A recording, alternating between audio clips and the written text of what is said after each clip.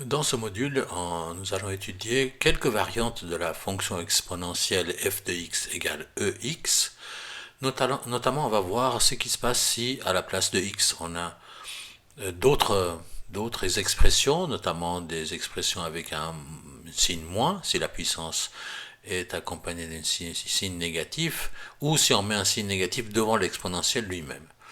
Mais avant, à titre de rappel, on va juste vous montrer à quoi ça ressemblait la fonction exponentielle ex. C'était une fonction croissante qui avait une asymptote horizontale à gauche et l'ordonnée à l'origine, l'endroit où il coupait l'axe des y, était à 1. Ça, c'était la fonction qu'on a étudiée dans un autre module. Ceux qui ne connaissent pas la fonction exponentielle, peut-être c'est mieux d'abord de commencer par l'autre vidéo qui ne parle que de fonction exponentielle de base. Maintenant, on va regarder ce qui se passe si la puissance n'est pas x simplement, mais une autre expression. Et rappelons quelques notions élémentaires sur les exponentielles. Si e puissance quelque chose est égal à e, rappelez-vous que e puissance 1 égale e, ça veut dire que si quelque chose, e puissance quelque chose égale à e, ce quelque chose est égal à 1. Si on a e puissance quelque chose, e puissance u égale 1, là il faut se rappeler que pour que e puissance quelque chose ça fasse 1, il faut que la puissance soit 0. N'importe quel nombre à la puissance 0 égale à 1. Donc ici, ça veut dire que u égale 0. Et si la puissance de u devient très grand, on a e puissance u égale plus infini. Rappelez-vous que pour que cela fasse plus infini, il faut que la puissance soit lui-même plus infini. E puissance plus infini égale plus infini. Ça veut dire que u doit être égal à plus infini. En descendant vers le bas, si e puissance u égale 0, cela signifie que la puissance est égale à moins infini. E à la puissance moins infinie égale 0, donc nous allons à la valeur de u qui veut moins infini. Tout cela, ce sont des rappels des notions qu'on a vues dans le module sur la fonction exponentielle de base. Si cela ne vous paraît pas très clair, alors regardez cette vidéo où il y a des explications un peu plus détaillées sur ces connaissances de base. On va essayer d'étudier maintenant quelques fonctions qui ressemblent aux fonctions exponentielles de base avec quelques variantes, en commençant par l'ensemble de définitions. Et j'ai choisi pour vous quelques fonctions qui ressemblent aux fonctions exponentielles avec quelques variantes, avec des puissances négatives, avec des termes en plus de l'exponentielle, etc.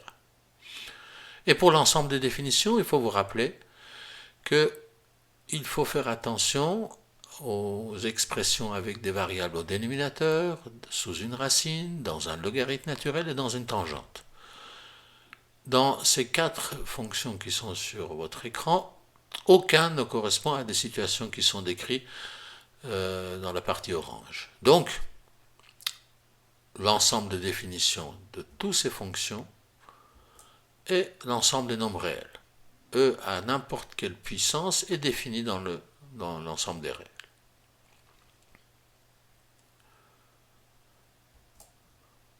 Pour les zéros, il faut se rappeler que si E à une puissance est égale à 0, c'est que cette puissance est égale à moins infini. Moins infini n'est pas un nombre réel, ça veut dire que E puissance U ne peut jamais être égal à 0. Alors regardez, on a 3 fonctions avec E puissance quelque chose. Donc pour tout cela, E à n'importe quelle puissance ne pouvant être égal à 0, il n'existe pas de 0. Faites attention, souvent les élèves ils gardent ça en mémoire en disant les exponentielles ils n'ont pas de 0 et ils ne font pas attention aux situations où l'exponentiel il est accompagné d'autre chose. Si l'exponentiel lui-même ne peut pas être égal à 0, l'exponentiel par exemple moins 3, lui peut être égal à 0. Regardons ce que cela donne. Pour chercher le 0 d'une fonction, on pose l'expression égale à 0, dans notre cas e puissance x moins 3 égale à 0, ce qui nous donne que e puissance x égale 3. Pour résoudre des problèmes avec des exponentielles, on isole d'abord l'exponentielle, Et pour enlever, vous voyez, le x, il est à la puissance. Ça nous embête, on aimerait bien qu'il soit en bas pour pouvoir calculer sa valeur. Si e puissance x égale à 3, cela signifie que le logarithme naturel de e puissance x égale le logarithme naturel de 3. Si un nombre est égal à un autre nombre, son logarithme naturel est égal à un logarithme naturel de l'autre nombre. Cette astuce nous permet d'extraire x. Le logarithme naturel de e puissance x, c'est x. Donc, cela signifie que x est égal à logarithme naturel de 3. Gardez bien en mémoire cette astuce pour résoudre les équations avec des exponentielles. On peut rester là, x égale logarithme naturel de 3, et si vous voulez connaître sa valeur approximative, vous utilisez la calculatrice. Logarithme naturel de 3, si on utilise la calculatrice, c'est à peu près égal à 1,099. Donc n'oubliez pas, les logarithmes naturels n'ont pas de 0 quand ils sont tout seuls, les exponentiels n'ont pas de 0 quand ils sont tout seuls, mais ils peuvent avoir des 0 s'ils sont accompagnés d'autres termes. Et l'astuce est de dire si e puissance u égale a, ça veut dire que u est égal au logarithme naturel de a. Comme ça, on peut extraire la puissance, le mettre en bas et résoudre le problème. Pour l'ordonnée à l'origine, il n'y a pas de difficulté particulière. Pour calculer l'ordonnée à l'origine, on remplace la variable x par 0. Il faut juste se rappeler qu'un nombre à la puissance 0 égale à 1. Donc, pour le premier, si on remplace x par 0, 2 fois 0, ça fait 0. Donc, le f de 0 est égal à e puissance 0. L'ordonnée à l'origine, donc, est égal à 1. C'est la même chose pour le deuxième. Si on remplace x par 0, ça nous fait e puissance 0. Et e puissance 0 égale à 1. Pour le troisième, il y a un petit détail auquel il faut faire attention, parce que e puissance 0 est égal à 1, mais il y a un moins devant. Donc, l'ordonnée à l'origine sera de moins 1. Et puis pour le dernier, e puissance 0 est égal à 1, moins 3, e puissance 0 est égal à 1, moins 3, ce qui nous donne moins 2. Donc si vous savez calculer des valeurs d'exponentielles, vous pouvez calculer l'ordonnée à l'origine relativement simplement. Pour l'étude des signes, là aussi, il ne devrait pas avoir de problème particulier. Pour le premier, on n'avait pas de 0 pour cette fonction, et une exponentielle, tout seul, où e puissance quelque chose, c'est toujours positif. E c'est 2,7, à n'importe quelle puissance, ça donnera un nombre positif. Il en va de même pour la deuxième expression. Bien qu'il y ait un signe négatif devant x, e à n'importe quelle puissance, même à des puissances négatives, sera toujours un nombre positif. Faisons attention au troisième, où il y a un signe négatif devant l'exponentielle. L'exponentielle e puissance x est toujours positif, mais avec un signe négatif devant, il sera toujours négatif. Et puis pour le dernier, vous vous rappelez, celui-là, il avait un 0, donc on a une séparation de colonnes. Le 0 de cette fonction était égal à la logarithme naturel de 3, à 1,0 quelque chose. Et l'expression sera négative pour des valeurs plus petites que le logarithme naturel de 3 et positive pour des valeurs plus grandes que le logarithme naturel de 3. Les limites et les asymptotes. Là, il y a quelques précautions à prendre, notamment quand le signe de la puissance est négatif. Prenons le premier. Et rappelons-nous que quand e puissance plus infini, ça veut dire quand la puissance tend vers plus infini, la fonction, lui, tend vers plus infini. E puissance plus infini, c'est plus infini. Et e puissance moins infini est égal à 0. Pas moins infini. E puissance moins infini égale à 0. Donc, si on prend pour le premier, on cherche les limites pour x tendant vers plus infini. On remplace x par plus infini, 2 fois plus infini, ça fait plus infini, et e puissance plus infini est égal à plus infini. Pas d'asymptote de ce côté-là. Et quand on va vers moins infini, 2 fois moins infini, ça fait moins infini, et e puissance moins infini est égal à 0. Ça veut dire qu'en allant à gauche, on a une asymptote horizontale pour y égale à 0. Celui-là, il ressemble assez aux fonctions exponentielles de base, pour lesquelles on a une asymptote horizontale à gauche pour y égale 0. Le deuxième, la situation est un peu inversée. Si on cherche des limites pour x tendant vers plus infini, on remplace x par plus infini, avec un signe moins devant, ça devient moins infini. Et e puissance moins infini est égal à 0. Ça veut dire qu'on a une asymptote horizontale, cette fois-ci à droite. L'asymptote est passée de gauche à droite en changeant le signe de la puissance. Essayez de vous rappeler de ça. Et de l'autre côté, quand on va tendre vers moins infini, la valeur de la variable, on aura e puissance moins plus infini, ça veut dire e puissance plus infini, ce qui vaut plus infini, et ça veut dire qu'on n'aura pas d'asymptote horizontale à gauche. Vous voyez, l'asymptote a passé d'un côté à l'autre. Pour le troisième, les limites pour x tendant vers plus infini, ça nous donnerait moins e puissance plus infini, ce qui nous donne e puissance plus infini, c'est plus infini, avec un signe moins devant, c'est moins infini. Donc on n'a pas d'asymptote horizontale, mais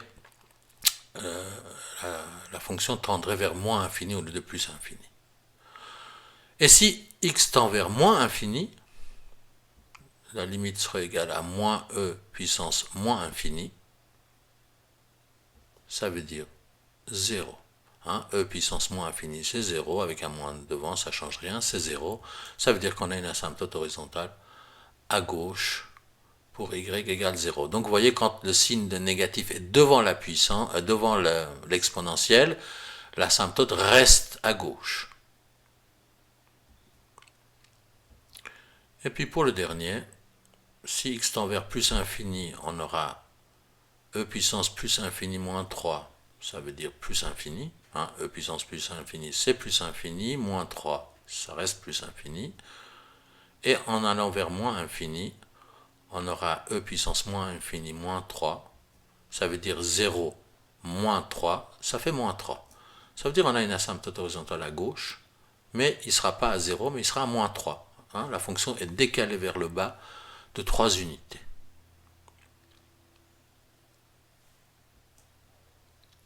Donc rappelez-vous, quand la puissance est avec un signe positif, on a une asymptote à gauche, mais si on change le signe de la puissance, l'asymptote passe à droite. C'est une petite astuce qui vous permet tout de suite de savoir quelle tête aura votre fonction.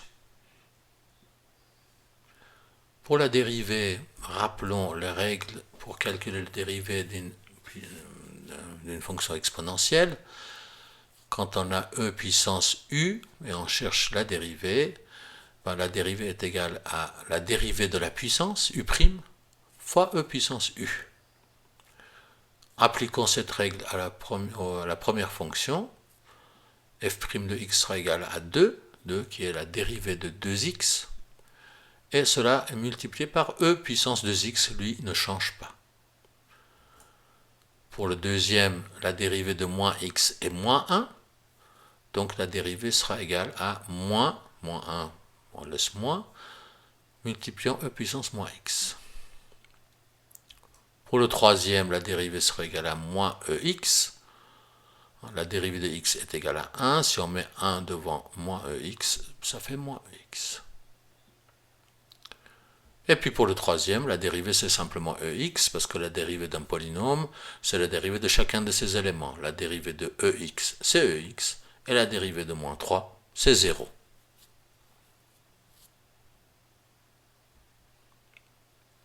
Si on prend maintenant le tableau de croissance pour le premier, la dérivée est 2 multipliant e de x.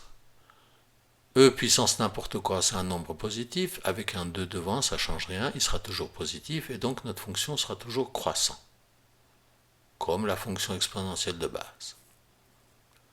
Pour le deuxième, e puissance quelque chose est toujours positif, e puissance moins x est toujours positif, avec un moins devant, il sera toujours négatif, donc la fonction sera décroissante. Pour le troisième, La même chose, e puissance x est toujours positif, avec un signe moins devant, il sera toujours négatif, et la fonction sera toujours décroissante. Et puis pour le dernier, en fait c'est l'étude du signe de la fonction exponentielle, e puissance x est toujours positif, et la fonction est toujours croissant. Donc rappelez-vous, quand on change de signe, quand on a un signe négatif dans la puissance, cela se retrouve devant la fonction dérivée, qui sera toujours négatif, et donc la fonction sera toujours décroissante. C'est aussi le cas quand on a un signe négatif devant l'exponentiel lui-même, pas dans la puissance, mais devant l'exponentiel. Ce moins se retrouvera dans la dérivée et la fonction sera toujours croissante. Alors, il y a d'autres situations auxquelles il faut faire attention, mais je vous ai donné ici quelques exemples pour vous rendre attentif aux petits détails qui concernent les fonctions exponentielles particulières. Maintenant, jetons un coup d'œil sur le graphe de ces fonctions. Voilà la fonction exponentielle ex, disons la fonction élémentaire de base. La fonction e moins x, vous vous rappelez, l'asymptote passe de gauche à droite, et au fait vous avez votre fonction qui est retournée dans le sens, au lieu que la fonction ait un asymptote à gauche, il en a à droite, sinon c'est une forme qui ressemble à l'autre, mais en ayant changé de côté. Quand on met un signe moins devant l'exponentielle, au fait, tout ce qui est positif devient négatif. Il y a une sorte de flip vertical entre la fonction de base et celui-là. En fait, ils se regardent dans le miroir, mais cette fois-ci avec une ligne de séparation horizontale. Et si on prend la fonction e de x moins 3, il ressemble à la fonction e de x, sauf qu'il est décalé de 3 unités vers le bas. L'ordonnée à l'origine, il est en bas, à moins 2, et l'asymptote horizontale c'est à moins 3, et puis je ne l'ai pas indiqué clairement ici, le 0, évidemment, vous voyez qu'ici il y a un 0 qui était le logarithme naturel de 3, 1, quelque chose, ce qui correspond à ce qu'on a sur le schéma.